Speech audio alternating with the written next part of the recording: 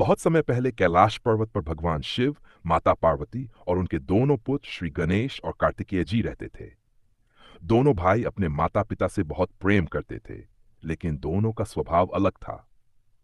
कार्तिकेय जी वीर और पराक्रमी थे, जबकि श्री गणेश जी बुद्धिमान और शांत स्वभाव के थे।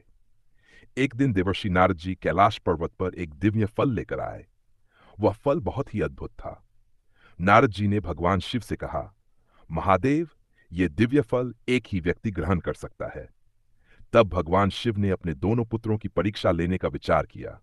उन्होंने कहा, तुम दोनों में से जो सबसे पहले पूरे संसार की परिक्रमा करके कैलाश वापस आएगा, वही इस दिव्य फल को प्राप्त करेगा। ये सुनते ही कार्तिकेय जी अपने मोर पर सवार हो गए। उन्होंने भगवान शिव और माता पार्वती को प्रणाम किया और तेज गति से संसार की परिक्रमा करने निकल पड़े। कार्तिकेय जी अपनी यात्रा में आगे बढ़ते गए। उन्होंने पर्वत, नदियां, जंगल और समुद्र पार किए। उन्हें पूरा विश्वास था कि वे सबसे पहले लौटकर आएंगे। इधर श्री गणेश जी ने अपने माता पिता की ओर देखा और कुछ देर विचार करने लगे। फिर उन्होंने भगवान शिव और माता पार्वती की 3 बार परिक्रमा की। भगवान शिव ने आश्चर्य से पूछा, गणेश, तुमने संसार की परिक्रमा क्यों नहीं की? श्री गणेश जी ने मुस्कुराकर कहा, पिताजी, मेरे लिए आप और माता ही पूरा संसार हैं। माता पिता के चरणों में ही तीनों लोकों का वास है। श्री गणेश जी की यह बात सुनकर भगवान शिव और माता पार्वती बहुत प्रसन्न हुए। उन्होंने दिव्य फल श्री गणेश जी को दे दिया। कुछ समय बाद कार्तिकेय जी संसार की परिक्रमा पूरी करके कैलाश लौटे। जब उन्हें पता चला कि दिव्य फल श्री गणेश जी को मिल चुका है, तो उनका मन दुखी हो गया। कार्तिकेय जी ने कहा, पिताजी, मैंने पूरी सृष्टि की परिक्रमा की। मैंने इतनी कठिन यात्रा की, फिर भी मुझे फल नहीं मिला।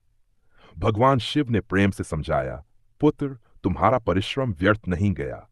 तुमने अपनी शक्ति और कर्तव्य का अद्भुत परिचय दिया है।